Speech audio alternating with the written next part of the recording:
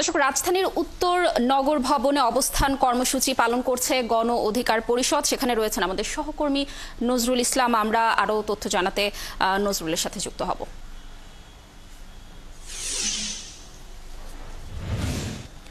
নজরুল, কি বিষয় নিয়ে আজকের এই অবস্থান কর্মসূচি জানাবেন? কি বলছেন তারা আসলে?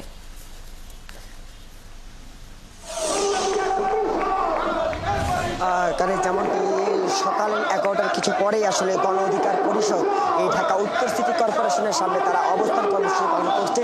তারা মূলত ঢাকা উত্তর সিটি কর্পোরেশনের যে প্রশাসক এজাজ রয়েছেন সেই মোহাম্মদ এজাজের অপসারণ এবং গ্রেপ্তার দাবি করছেন। তারা বলছে যে নিষিদ্ধ ঘোষিত সংগঠন হিজবুত তাহরীর নেতা ঢাকা উত্তর সিটি কর্পোরেশনের দুর্নীতিবাজ প্রশাসক মোহাম্মদ এজাজের অপসারণ ও গ্রেপ্তার দাবিতে তারা এই গণ অধিকার পরিষদ সকাল 11টার কিছু পর থেকে ঢাকা উত্তর সিটি কর্পোরেশনের মূল ভবনের নিচের প্রধান ফটকের সামনে কিন্তু তারা এই অবস্থান কর্মসূচি পালন করছে। এবং সেই সমাবেশে তারা বলছে যে এই আন্তর্জাতিকভাবে নিষিদ্ধ সংগঠন যে হিজবুত তাহরীর রয়েছে, সেই হিজবুত তাদের ব্যানারে লেখা রয়েছে, সেটি আসলে আমরা দেখতে পাচ্ছি যে নিষিদ্ধ ঘোষিত সংগঠন হিজবুত তাহরীর নেতা ঢাকা উত্তর সিটি কর্পোরেশনের দুর্নীতিবাজ প্রশাসক মোহাম্মদ এজাজ তিনি রয়েছেন।